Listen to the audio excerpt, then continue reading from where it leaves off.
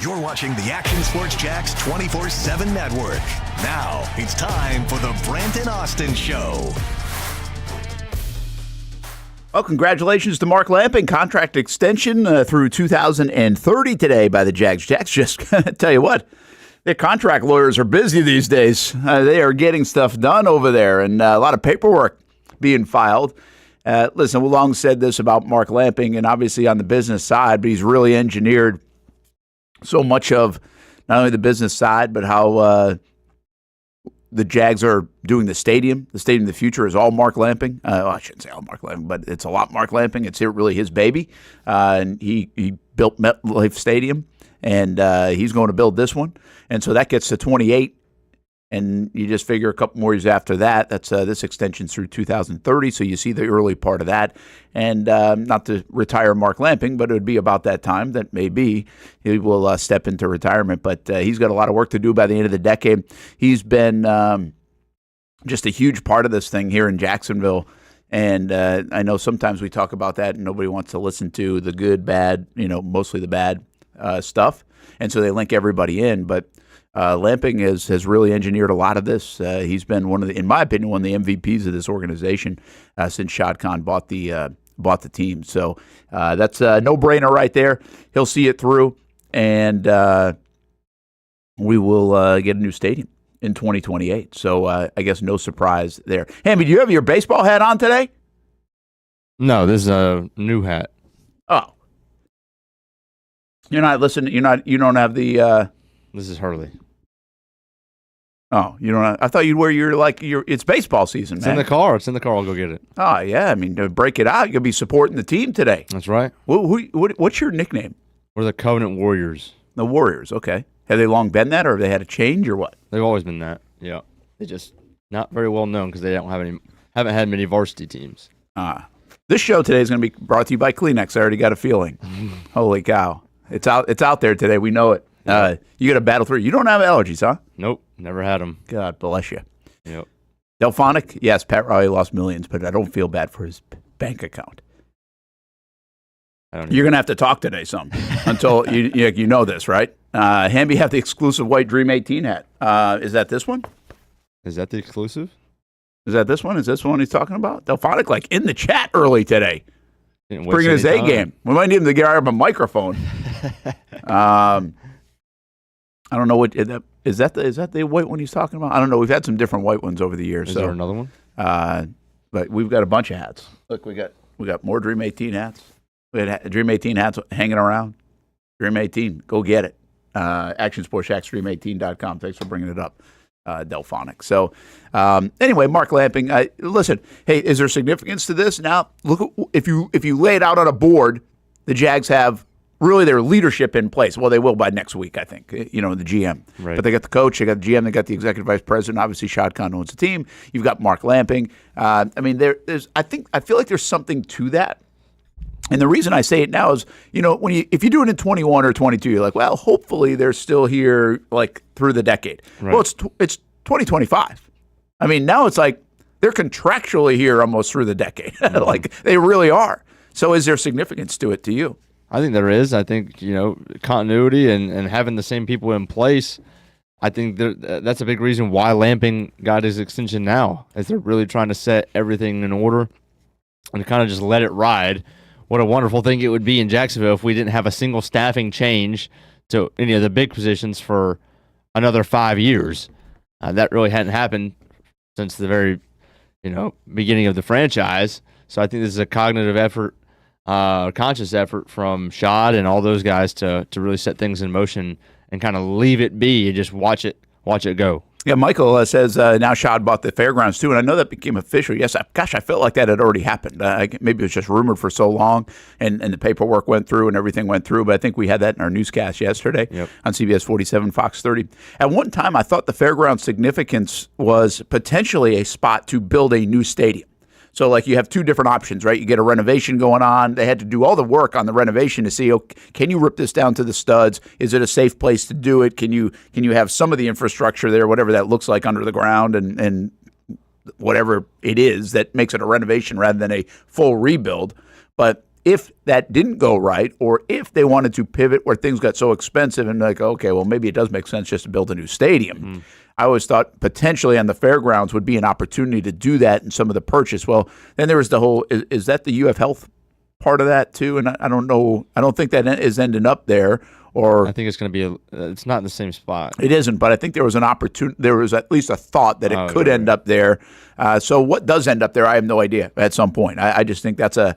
I mean, look at this as a game of Monopoly, and they just got. I just bought a piece of real estate. You know? I mean, that's the way I look at it. I don't know what eventually will end up there. I don't know what the vision right now is. I just know it's been a couple of other things, at least rumored, thought of in the past to be a spot. Yeah, and listen, the end of this decade is so significant to me. The rest of this decade is so significant to me in Jacksonville. One, because you know you're getting the landmark. You know you're getting the stadium. Two, you basically have a few players locked up for almost the remainder of the decade. Trevor Lawrence, you feel like he's going to be your quarterback through the decade. And then you have Josh Hines out. I mean, you can get out of some of these deals in a couple years, but these are huge investments. So you have building blocks already in place on the roster. And then you now have this infrastructure and you're building it out. And the whole question is, I mean, we just don't know. It's like, did you get it right? Right? Did you get it right? And that's going to be the big question here. But if they got it right, I keep saying it's going to be a great rest of the decade. Yeah. Like it's really, you can point to it. Now, I've said it before, so I'm not going to sit here and say, well, this is the time. I really feel it here. No, I've felt it before. I mean, how could you not think of that after the playoff season with Doug Peterson? How can you not think of it in December of 2023 that like, hey, this is it. Like this is the stretch. And it didn't happen. So it changes so quickly in the NFL, and it's going to still change. It's not going to be 25, 26, 27, 28, 29, and then boom, 30, all these years of winning and 5, 6 straight playoff appearances. It could. I'm just not planning on that. The question is, well, I mean, can you for the most part win? Can you get it right? Can you be competitive? That hey, if you get bounced because you missed it by one game because you had some injuries in 2027 while you were playing in Orlando or whatever, like that's the year you don't make it. You know, is that the kind of run? I mean, and then do you have a deep run in there? And then do you get a Lombardi Trophy sometime in there, or do you get a chance for one and go? Like, is that in the future or the near future, which I would call the rest of this decade? It could be an absolute wonderful rest of the 2020s for the Jacksonville Jaguars. Can you mimic, in a sense? Keep in mind now, it's 1995. Can you mimic, to some degree, the Jaguars' success of the mid-90s to the turn of the century? Mm-hmm. And you're going to you're already going to have some milestone things that are in place with the stadium, is my point. And you've already got some building blocks that you didn't have in 1995. Right. You're in a way different situation, but that was when it started. 95 so wasn't so great, other than it was just hysteria for having a franchise. But then 96 really turned it into something. Can the Jags do that? That's the mission. And it could mirror, hopefully, what you did there, where you're one of the better teams in the league, and you give yourself a chance to go get a Lombardi Trophy, which, crazy enough, they did that in the late 90s. They had built it to the point where they had a real chance to win a Super Bowl, go to a Super Bowl, and they just couldn't beat the Titans in 1999. So I think this has a real chance to be fun. I think we say that with hesitation. We don't say that with any kind of automatic belief. You can't do that. But I do think the Mark Lamping extension, to me, that's what the news is there. Like, I don't think people get geeked up about Mark Lamping getting extension. Good for him. But I do think what it says to me is just the totality of it, Hamby. I think that's what we've got here in Jacksonville. We've got an opportunity here in Jacksonville with what's in place. There's a big opportunity, and it's all about kind of positive momentum, keeping positive momentum, because every single time that we've had a big step forward, this franchise as a whole has taken 2 steps back, right? You look at 2017, at least in the last 15 years, 2017, you make a deep run. The next year, literally it all falls into shambles. You win 5 games. People are getting fired. People are getting traded. Franchise players are getting, severed from the franchise. And then you look like you're gaining some momentum. and with Urban, and then you take another 3 steps back from where you were a couple years before that. You hire Doug Peterson, you take a couple steps forward, you get a playoff win, and then you take 2 more steps back. Even at an individual level, when Trevor seems to take a step forward, I mean, a lot of this is because of injuries. You take a step back. Brent, we've only finished second in our division once in the last 15 years. Oh, that's crazy. Isn't that crazy? That is crazy. We've only finished, and it's last year. Wow. Last year. We've only finished second in the AFC South one time since 2010. Wow. So can we just finish second? Well, no, I don't want to finish second. In our bad years. Instead of taking 3 steps back, can we take a half step back and still be in it at the end? I think that's really about what this new regime and new leadership is all about, is really increasing that floor, heightening that floor. If that floor can be second in the division in a 7-10 year, and that's the worst years, and if we're really frustrated by that's kind of what we wanted under Doug Peterson, right? We said at the beginning, hey, before we get all caught up and say, let's go to the Super Bowl and all this, why don't you just increase our floor and let's go 9-8 a couple of seasons? Yeah, we did. We would take that. We would take that. Not to say that we'd be over the moon. Not so you settle for it, right? But we take it relative to everything that we've experienced.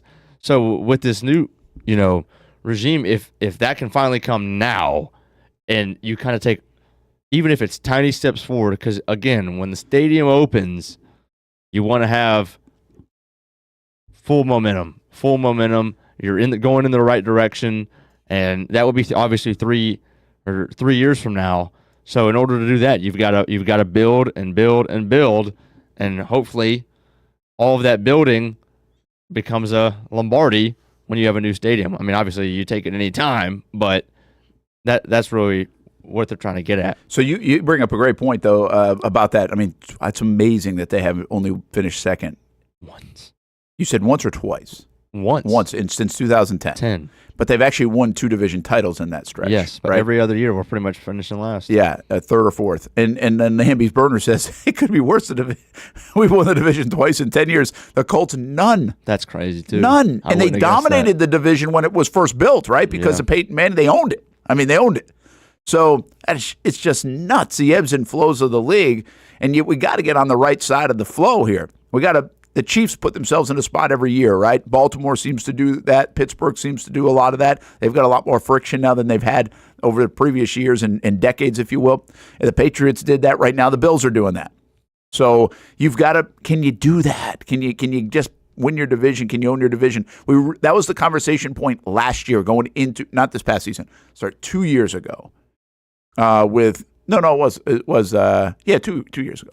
Going through, you had won the division, you come back, and now you're like, okay, we're going. Houston's still in trouble. Well, they go get C.J. Stroud, and then they come up and beat you and clip you at the end, and that changed it. Like, that was the point where you were supposed to dominate the division for the next 4, 5, 6 years, the way everybody looked. And really, we weren't wrong about Indianapolis and Tennessee at the moment. What we were wrong about is the Jags and Houston. Houston got right in a hurry.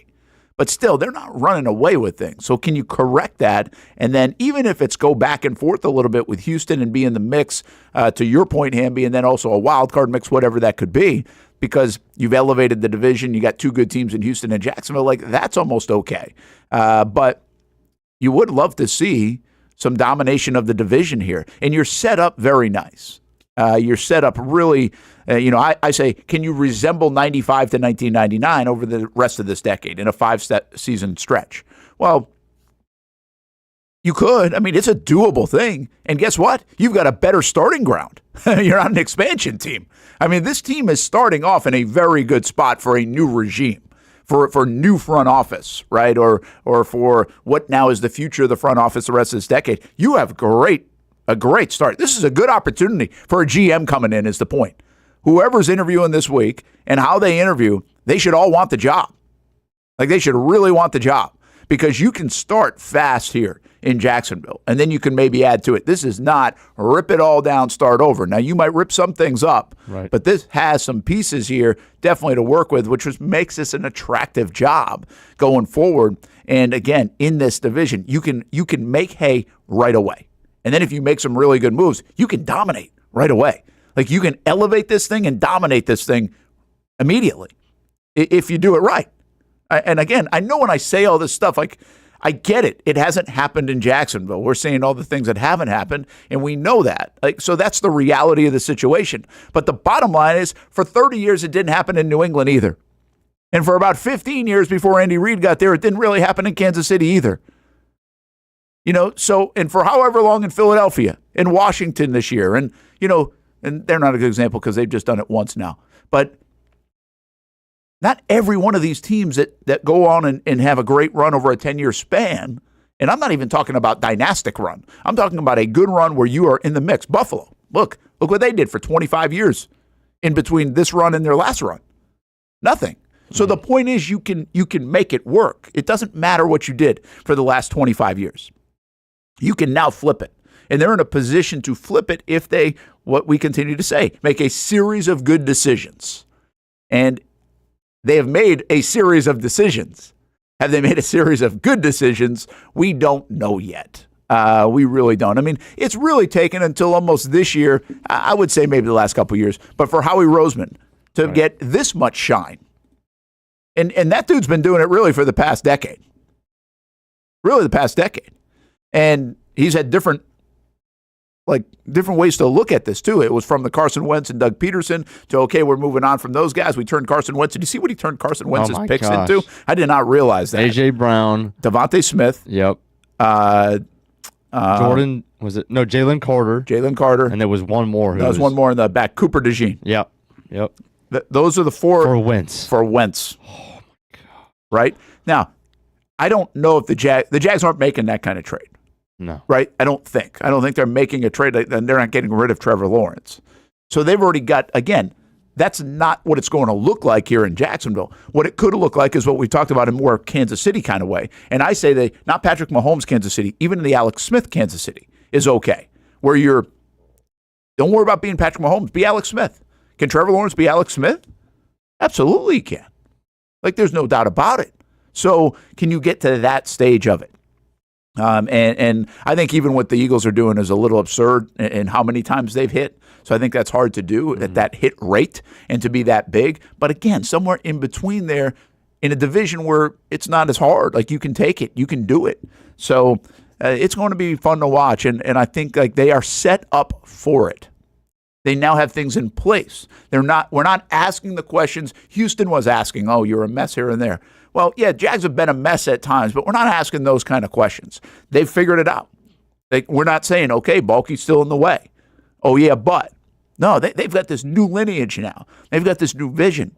They are speaking and preaching and talking about all the things that we think are important to talk about. This thing's in line. Now you just got to hope it's a good vision, it's a good execution, and it's the right people in place. That's still a lot to hope for. Mm-hmm. Still is a lot because it's a hard deal. Or everybody would do it. But I like where it's at, and I love the positioning. The way I look at it is for the last part of this decade, the second half of this decade. And I've been screaming about that for a long time, and I even did back in 2022 and 23. But now we're here. Like, now it's like more of a light at the end of the tunnel. And I think this Mark Lamping extension kind of did it for me again today. But it's also because the stadium's approved. It's not just a thought and a talk and does it get passed and how much it's going to cost. No, it's happening. That is a big, big deal. It's happening. It's going to be really fun in 2028, in September of 2028 when that thing opens. The question is, how good will the football team be? Right. Who will still be here? Who will be in place? And the other part of it for me is I believe that this was, when you brought this regime in, this coaching staff in, especially Liam Cohen, you basically said, hey, you're opening up the stadium. Like, it is about as ironclad can be in the NFL, that you're opening up the stadium. So, like, that's where the vision starts to take place, and like that light at the end of the tunnel, it's like, okay, this is now. This isn't just, hey, a couple years from now. This is right now. We all do that in our lives. I look at Facebook memories like every day. I get the kids' signing day or whatever. It was like a year ago today, and you're like, oh no, this is like happening now. Like, that was, that seems like forever ago. And we do that all the time. Like, don't worry, kids will be graduating from college soon. And well, it's sooner than later. This isn't, kids aren't 12 anymore. But I think we have that with the Jags too. Like, the end of the decade's not that far away. Like, life comes at you fast. And all these things are now in line for the Jags. The next thing to take place is the GM. Can they hit a home run with the GM and the Jacksonville Jaguars and get this thing really on the right track? That will be, and we're going to talk about it. We're going to guess about it. We're going to hope about it. We're going to do all those things. We just won't know about it until we look up in 2026 and 2027 where this team is at, probably as it is opening the stadium. One last thought, and I'll continue to pound this home. I think the Jags are going to be good this year, or pretty good. I think they're going to be very competitive. I think there are a lot of things that just didn't make sense about the Jags last year. I think this does have a very 2-14 Kansas City Chiefs in 2012 feel to it. And then they went and got a coach and a quarterback, and some of that goofy stuff that happened that year didn't happen. In the next year, they went 11-5. That in 2013, I think this has a feel. I'm not predicting 11-6 or 12-5 now that we have 17 games. I'm just saying, I think they're going to be good. I think they're going to have a chance to win the division. I think they might win the division. I think they might go to the playoffs. They will if they win the division. But it's not about just that for me, and I'll just keep saying that. It's about what comes after that. That's the true test. Well, first, the test is, can you get them good this year? But after that, the true test is, what do you do after? What do you do in 26, 27? What do you do leading into that stadium? And then how do you deliver before the end of the decade? And it's not like, boom, the time runs out at the end of the decade. It's just a great landmark to me to be able to say, what does this look like over a 5-year stretch in Jacksonville? And I think at the end of the day, if it can look anything like it looked in the mid-'90s to the late '90s, this place will be rocking. Mm-hmm. And that would be a very good thing. Let's take a time out here. Brent and Austen Show. I'll get some of the comments in the chat. We've got a Brian Thomas Jr. topic today with Liam Cohen, thanks to our friend Daniel Griffiths. And he shed some light on that conversation. So we'll get to that as he's helping contribute to the show here on the Brent and Austen Show now. And we'll debut some of that today here throughout the next couple of hours on the Action Sports Jacks 24/7 network. Nick Sirianni, has he become a little bit more likable in the win? You know, the post-game stuff, the everything else, the story of Sirianni, I find myself shifting into a little bit of a Sirianni fan. Is that just because I saw it with his kids? Am I a sucker for that? I wonder how everybody else feels about it. We'll talk about it next and more, and a little BTJ coming up.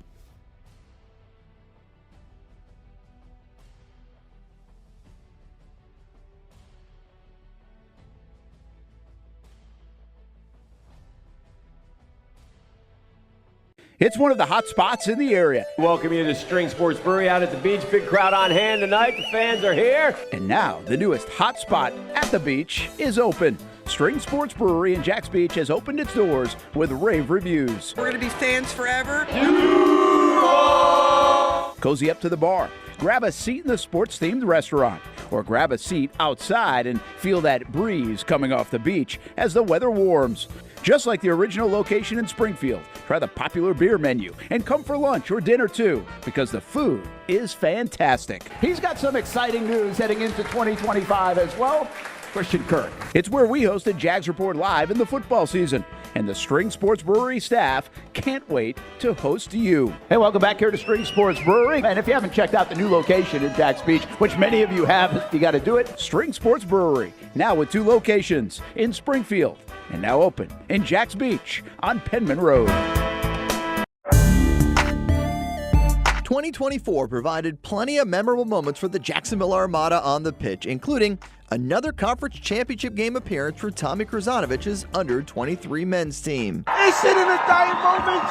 Debuting this year for the first time, the girls in blue, as the Armada fielded a women's under-23 side in the WPSL and made its presence known with some highlight moments. Potential goal of the season. Then attention turned to the future, with MLS Next teams representing the Armada badge in 3 age divisions this fall, including an under-19 squad ranking among the best in the state. Those teams are a big focus on Fleet and Footy, covering the big soccer stories each week on the Action Sports Jacks 24/7 network. I'll put one in the back of the net for you. Join us for player profiles, fun interviews, and the very latest on the Fleet and all things footy. That's every Thursday at 2 p.m.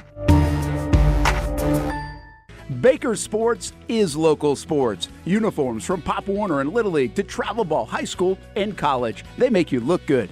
They help you play good. Baker Sports has been helping families make memories that will last a lifetime with their Baker's Buckets. We've got a lot of these filled with baseballs and softballs in the garage. I've been throwing batting practice to Ty and Kaylee for years, and also sit on the Baker's Bucket, catching Kaylee while she practices her pitching. Yeah! Baker Sports is homegrown, and a lot of employees that used to play on local ball fields now work for Baker Sports, now helping you look good, play good, and make memories of your own. Visit Bakersport.com to see what Baker Sports can do for you. Custom apparel, Nike, Under Armour, Adidas, embroidery, screen printing, and more. Baker Sports is local sports from Jacksonville to anywhere in the Southeast. Bakersport.com.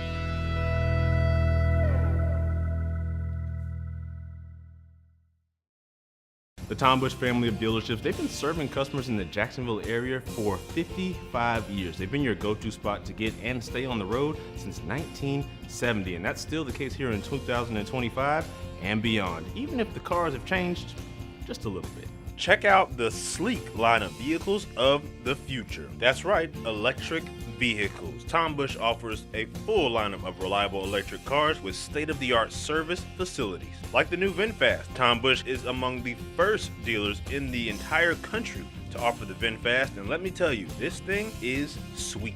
The good folks at Tom Bush have all the info on charging, service, tax credits, and everything you need to keep your EV running smoothly. BMW, Mazda, Volkswagen, Mini, and the newly offered VinFast. There's something for everyone at the Tom Bush family of dealerships. Ready to join the Tom Bush family? Stop by the showroom or check out the inventory online at tombush.com.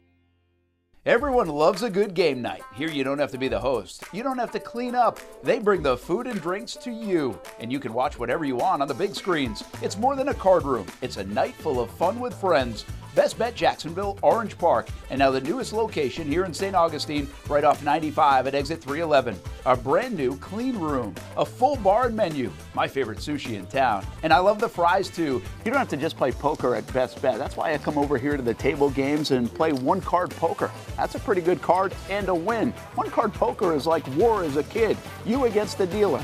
And this isn't the only fun table game to play.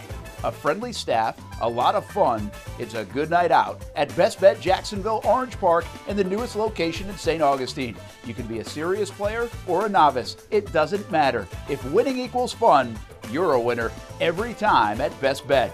I'll save you a seat, and I'll see you down here at Best Bet St. Augustine. Welcome back to the Brent and Austen Show, streaming on the Action Sports Jax 24/7 network. Yeah, how about that? See, this surprised me a little bit, and it probably shouldn't surprise me, but let's dive into these numbers a little bit. I love the ratings game and our business. And 126 million viewers, that's an average audience.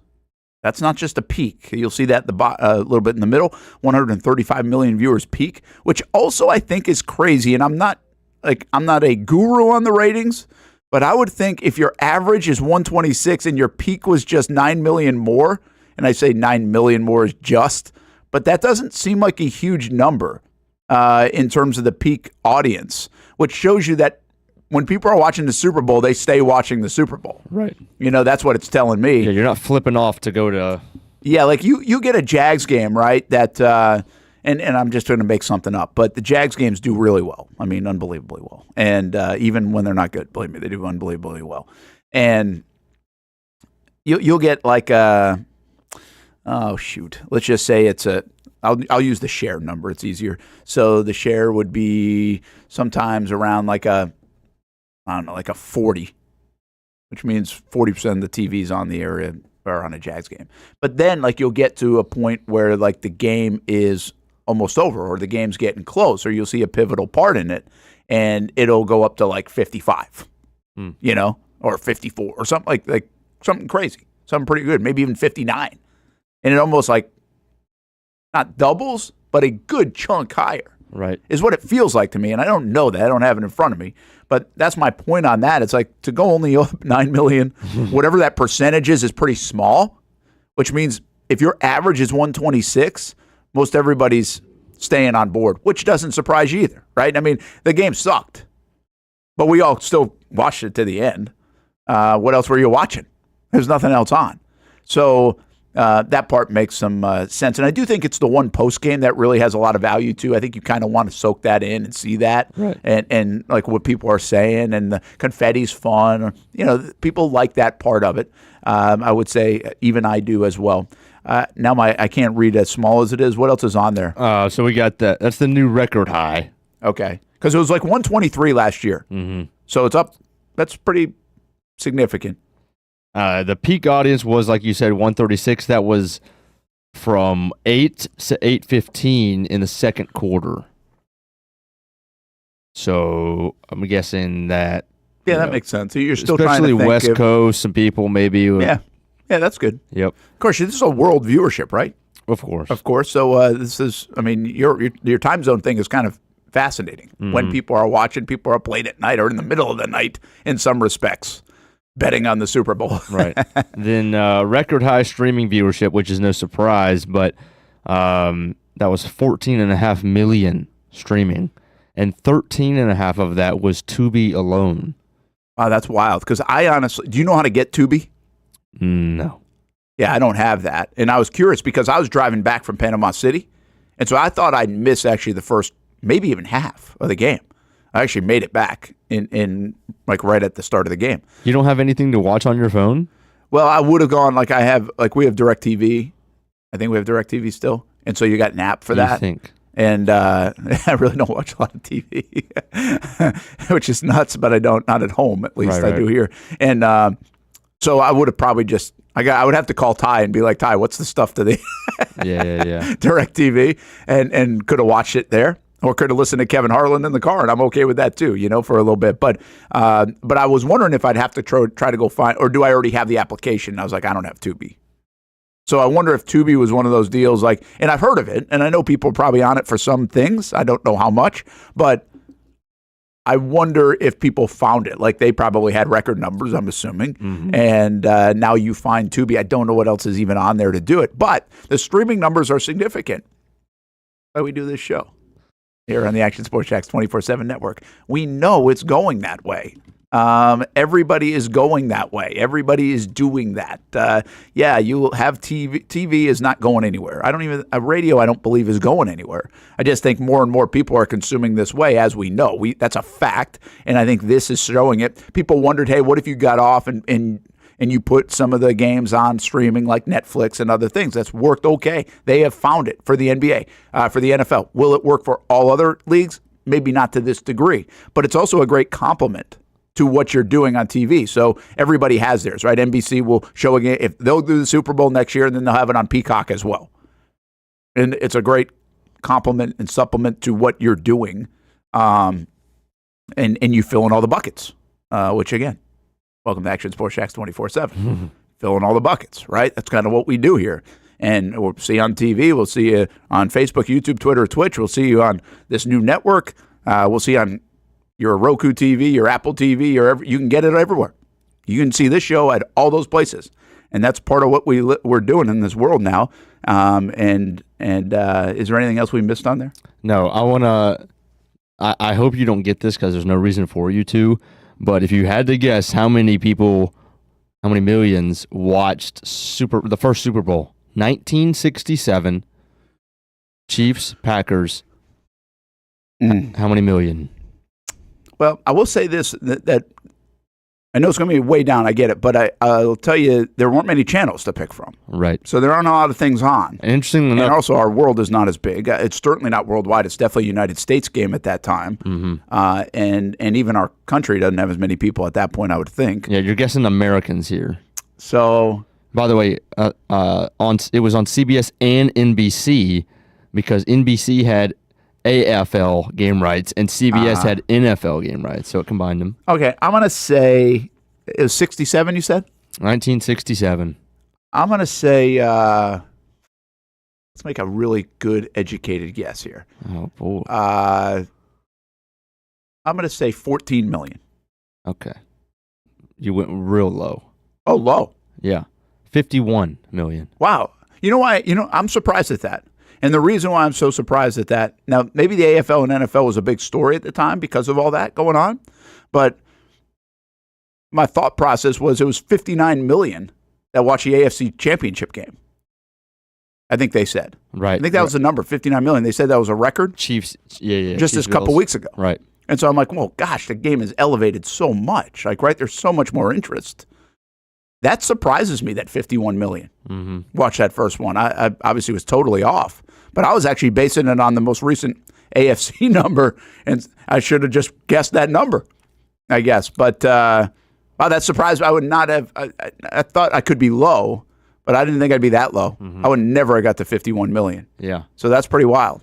This, as far as global Super Bowl viewership, the numbers for this one, they may or may not be out, but just based off of what I'm looking at right here. This said last year's game between the Chiefs and the 49ers, more than 62 million outside the U.S. watched the Super Bowl. 62 million outside the U.S. Right.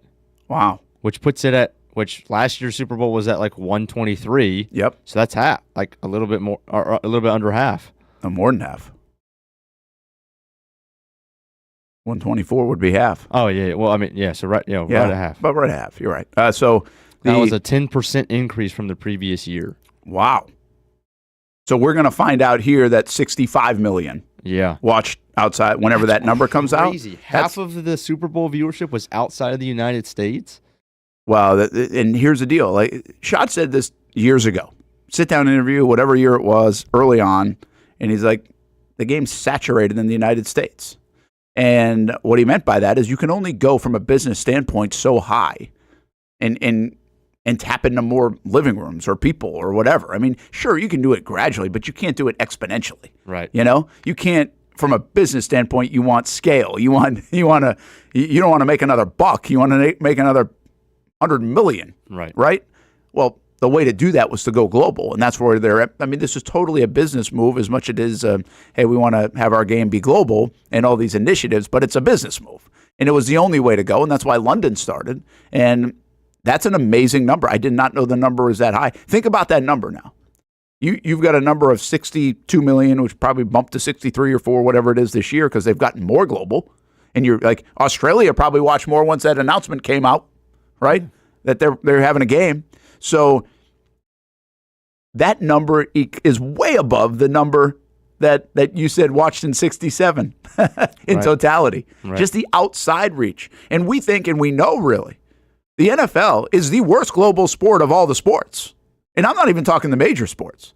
NBA's bigger globally, MLB's bigger globally, NHL's bigger globally, golf's bigger, tennis bigger. They're all soccer's bigger. They're all bigger globally.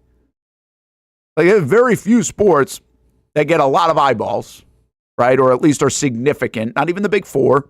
I don't even know what the big four is anymore. Yeah. I would say the only other sport that doesn't probably resonate outside the United States or at least North America is NASCAR. And Stuart, I think, is listening because he just texted me something about Tubi and NASCAR. I guess they do good stuff on there. But I don't think NASCAR has a great international audience. Right. Because that's more Formula One. You know, so it does. I mean, you have auto racing, but I don't think you have NASCAR. NASCAR seems very American, or at least North American at the most. Maybe Canada, watches. But I wonder what the Daytona viewership's like. Yeah, so well, again, these are not surprising things. This is why they were going to have 16 games soon internationally.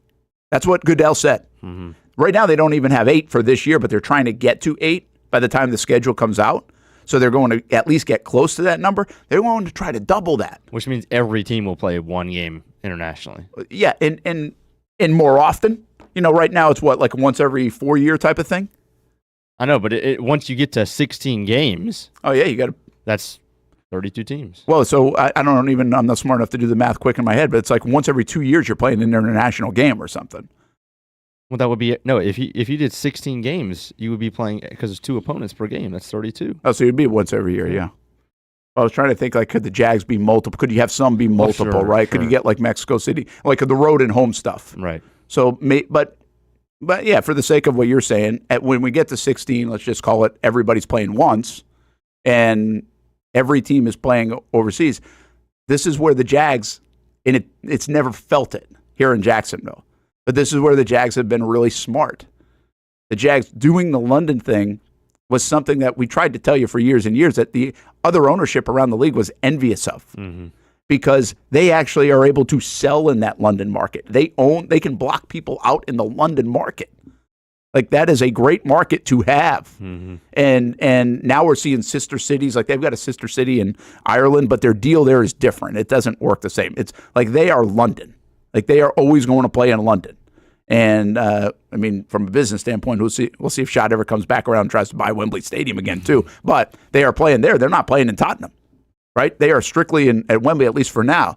So, I mean, this is going to be, you're going to look back at this in another 10 years, and people are going to be like, man, Shad was smart. Now, I'm not telling you Jags fans are going to say that. I understand the issue with that, and I'm not going to try to talk you out of that. I'm just telling you league-wide, business-wide, like, it's already happened, but people are really going to notice, like, wow, they were pretty smart there to get that London market as this continues to grow globally.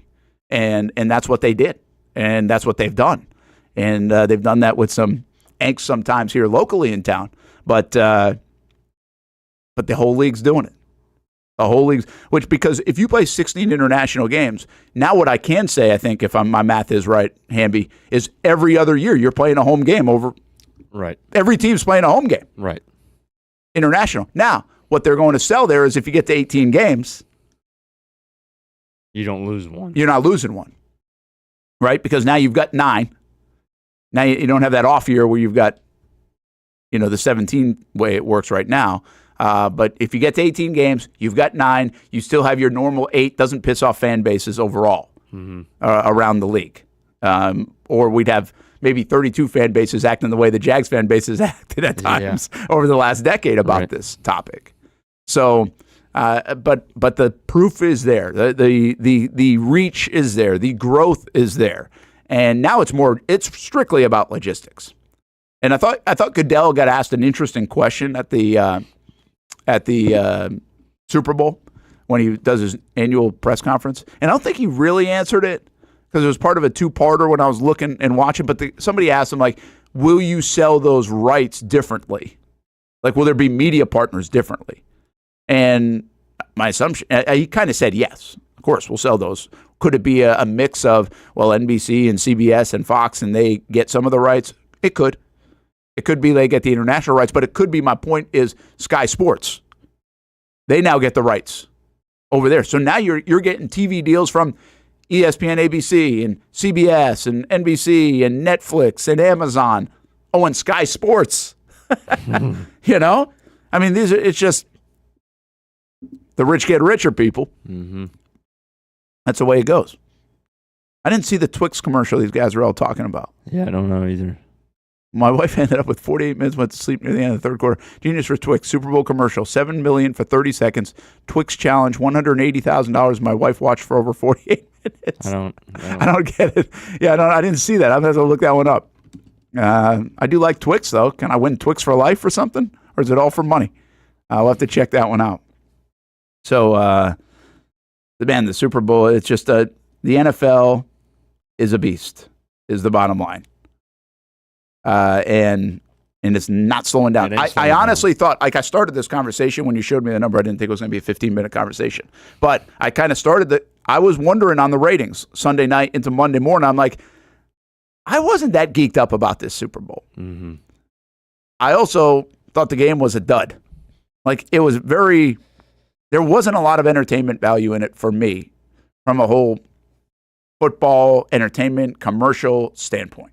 Like, I'm not sitting, I don't think there was anything in that game Sunday that we're still talking about today, other than that the Eagles are good and, okay, Kansas City Chiefs. Like, I just was getting a coffee and I saw ESPN is doing, Patrick Mahomes lost it a little bit. Right. And I'm like, okay, well, that's the story we're on Tuesday after the Super Bowl because he played a bad game and they played bad. And, we mentioned it yesterday. It's like, okay, well, is he playing as good as he was 5 years ago? No, but that's not a Mahomes thing. That's an offense thing, in my opinion.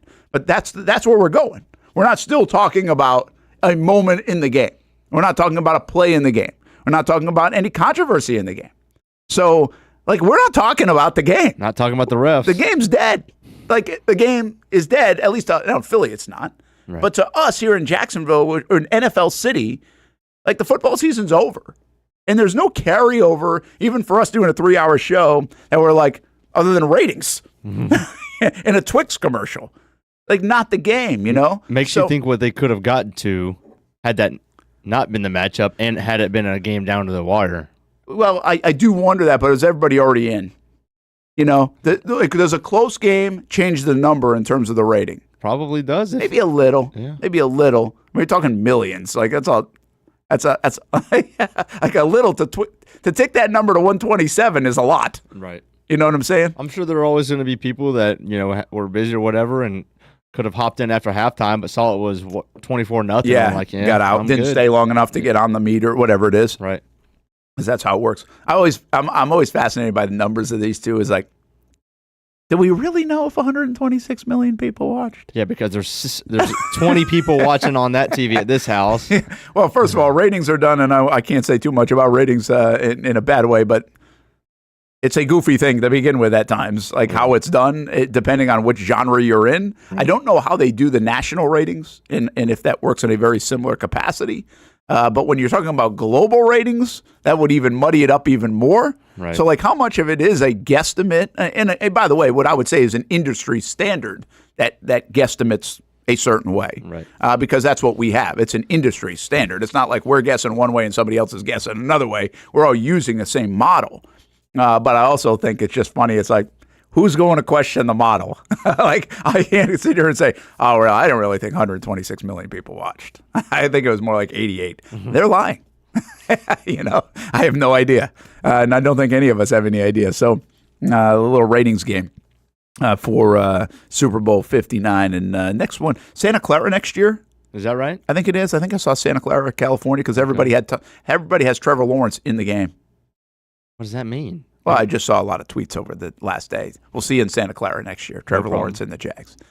So plus 8,000, by the way, for the Jags. Might have to sprinkle. You don't sprinkle a lot. Plus 8,000, which is wild. You know, I wonder what Washington was this time last year. It's a great question. Probably similar. Probably something like that. Yeah, Yeah. maybe worse. Maybe worse. Yeah. They got the last coach of the cycle. I mean, nobody was super high on Jaden Daniels. It kind of like, that's a college thing. Right. So, yeah, it'll be, who knows? Well, what's one team that hadn't won that you would be they're going to win a Super Bowl before the end of the decade? Okay, well, 4 teams have not been. No, I'm not. I'm saying teams that just haven't won recently. Okay. So disqualify the Chiefs, the Eagles, San Francisco. Because they've been. They haven't won. Been. Yeah. I mean, there's. So are you kind of saying, like, don't pick a front runner here? Like, don't pick the Bills and the Ravens either? Like, picking under a back 16 team in the league right now? No, not necessarily back 16, but just not top 4. Okay. I mean, because then you could easily say the Bills or the Ravens. Right. Right. I think it almost is too easy to go that way. Like, I don't know how you don't. Detroit? Can you go? But doesn't it feel like Detroit didn't win this year? It's like, maybe they won't. Like, the Packers are one of mine. I mean, I picked them this year. Delphonic. That's a good idea, man. $100K on the Jags to win $8 million. Is that it, really? Yeah, that's it. Yeah. $8 million. $10 would win you 800. Yeah. You'll chip in 50. Thanks for collecting on the GoFundMe now, Delphon. I like that. If I had it, I wish I had it like Mattress Mac or whoever the guy is. Shoot, just to be able to throw it on there and not care about $100K. Wouldn't that be nice? Yeah. Just be like, what the hell? Let's try it. 1% will go to the Dream 18 fund. That's right. 1% of the $8 million? Or no, 1% of the initial, because we're not waiting for this thing to get cashed out to fund it. All right, so let's go. I take your question, but I'm going to double down on your question. You're going to go top, and I'm going to say, like, you give me somebody in the back end that hasn't been great, because I think that's but I think your question's still fair, because there are a lot of teams that you could pick from. Cincinnati. I think San Francisco does exist here then, because they haven't won. So let's go with win of a top, even of any team. Detroit's in the mix. Washington, if you want to now put them in the mix. The Bills. The Chargers. The Ravens. I think those. I think I mentioned them. I I mean, you could go Houston or the Jags if you wanted here. I just don't think people would. Let's be honest. Right. But I don't think they are. I think San Francisco's aging. Yeah. I feel like Detroit might have missed their window, and I'm not counting on them until I see how they replace their coordinators. Right. And how that works. Although I think they're good and they're going to be a player, I just don't. I mean, they were really good. They were a dominant player this time around. Washington, I'm not ready for. I think Washington has a real chance, and I'm not rooting against this, by the way. I have no problem with Washington. I think Washington has a feel of what the Jags did in 2022, and they're going to have to see if they can maintain. They're going to have to see if they can win a different way. They're going to have to see if they can stay on top, make a series of moves that does it. They might. Well, Brennan, that's why you got 5 picks. You got 5 years to get it. A Super Bowl. Teams that could do it, and Jayden Daniels is like, if you're going to pick a quarterback that's young, I mean, really, I think one of the biggest criteria of this little question is a young, dependable quarterback, right? Because I would take the Commanders over. I would take the Commanders over every team probably in the NFC West. I'd take my shot with Jayden Daniels winning one before Brock Purdy. I'd take him before Geno Smith and the Seahawks, Kyler Murray and the Cardinals, and Stafford and the Rams.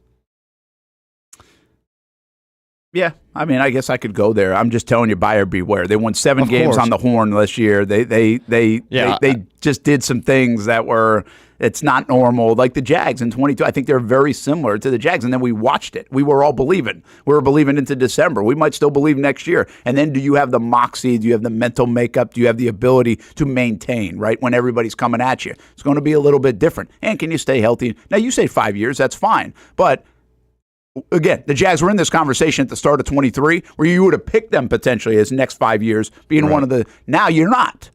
Right. So that's my point. And I'm not telling you that everybody has to feel that way about Washington. I have a little bit of that feel from Washington though. I really do. I don't feel like they're built like Detroit all of a sudden. I think there's some more work to be done to be able to put them in an echelon where it's so easy to pick a Detroit or easy to pick the Ravens or the Bills or the Bengals, quite frankly, in this conversation. So I feel like I want to go with the Bengals in this conversation. I don't usually go with the Bengals. I'm not the Joe Burrow, pom-pom guy. Like seems like everybody else I do the show with over the last 6-7 years. Casey and Austen and everybody else, I love him. And I don't mind him. But I do think he's really good. And obviously he just came off a really good year that's going to go under the radar. So people won't talk about him as much. And if they did fix their defense in any capacity, and they still can get better on their offensive line, like they've done some things and done well where they still have like eye-popping warts, whether it's their offensive line or their defense, that they could fix. I mean, what if they got Myles Garrett? Now, probably won't because it's in the division, and they paired him with Trey Hendrickson or something. Well, boy, that changes them, doesn't it? So now Buffalo, I feel like is right there. Baltimore, I hesitate on because if Baltimore doesn't win in the next year or two, right, then the back half of this decade looks a little more dicey as they get older. And are they going to replay? And I also think there's a chance somewhere in there they lose Harbaugh. Like how much long? I don't know how long he's going to go. He's not a young guy. He looks young actually, but he's not a young guy. So how long does he go? Are these guys lifers? They might be. Their dad was and everything else. So maybe they are. And I don't know if Buffalo's like, he's going to play that well the way this team is built right now. But Cincinnati's got quarterback, one receiver, if not two, and stud and Trey Hendrickson is a defensive player of the year candidate every year. Like those are huge, huge positions.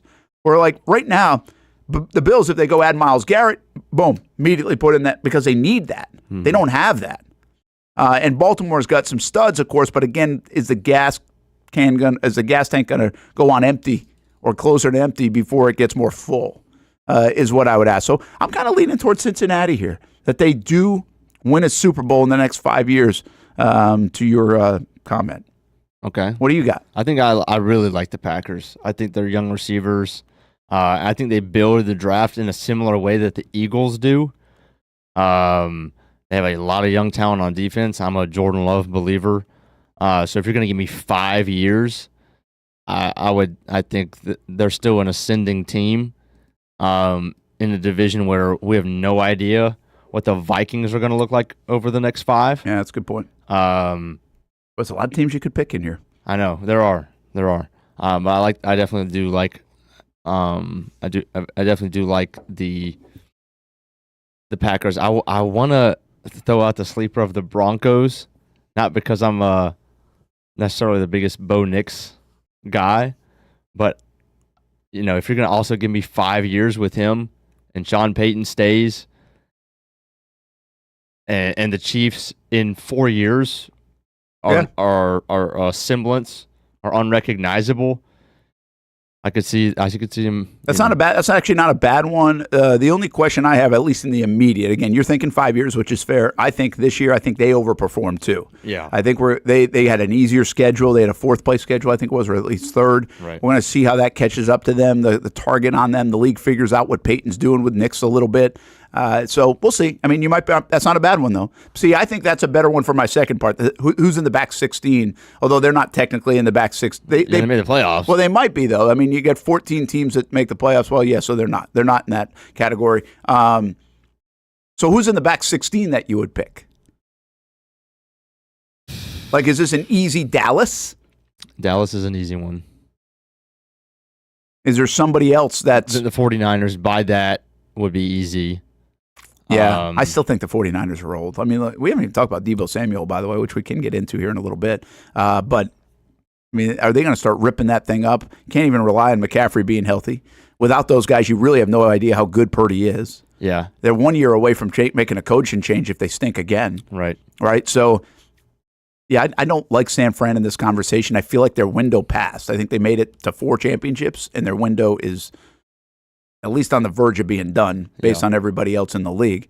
Now, the Giants have no chance in the NFC right now the way they're built. Is Chicago a good sleeper pick here? Chicago if Ben Johnson's right. The Falcons also would be too. If Penix is real and they have him, Bijan, and Drake London, that's 3 pillars on offense. Why do I just not believe Raheem Morris is winning a Super Bowl? I don't feel that. Not saying you're wrong. I just don't feel it. I get it. But you could go there. I think Chicago could get it right. Yeah. Again, how good is Caleb Williams? I think that was a good one. Of all the teams that are like in the middle, the Dolphins seem like the least likely to win one. They really do. I'm not a big fan. I like the guy, and I like Miami in some respects, but I don't think Mike McDaniel's the guy to do it. Right. And they're hanging on, I don't like that.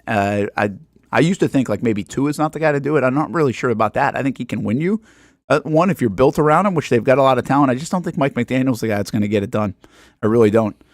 Here are a couple of teams in the AFC to keep an eye on. I think the Jags are one. Mm-hmm. I think Houston's one. Well, Houston would be in the front part, though. So I think the Jags are one, and I think the Jets are one. If they get whatever they do at quarterback, they have a team that's ready to go. Yeah. And if Aaron Glenn, by the way, we liked Aaron Glenn in this process, right? So I give 3. Now you got to pick one, right? And I'm not going to pick the Jags because that would sound too homered up. I really think I think Chicago, though, if they got the quarterback right, if he is really, really good, and this offense clicks with him, and they've got a lot of pieces, and they're going to rebuild that offensive line, right? So we're in the next 5 years, could they become the team to beat or one of them in the NFC? I like that. I also think there's less friction from a quarterback standpoint or a team to beat standpoint in the next 5 years. The AFC is very difficult to navigate past Cincinnati, Baltimore, Buffalo, and right now Kansas City.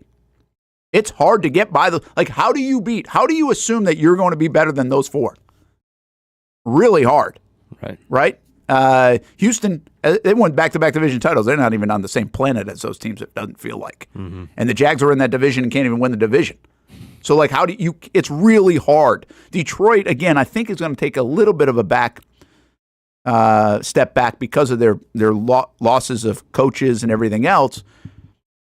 And there's not a dominant – Philadelphia. Philadelphia is the dominant team. Yeah. But that's one team.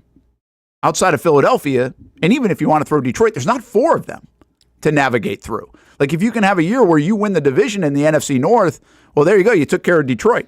Doesn't it seem like the Eagles have an easier road to the Super Bowl next year than they did this year? Well, it does look at it right now. You know, right? the Commanders probably won't be that good. The Lions probably they're not going to go 15-2 again. Yeah. And then who's gonna be a front runner? Well, in part to their credit, it feels that way because they played really well in the postseason and they just blitzed the Chiefs.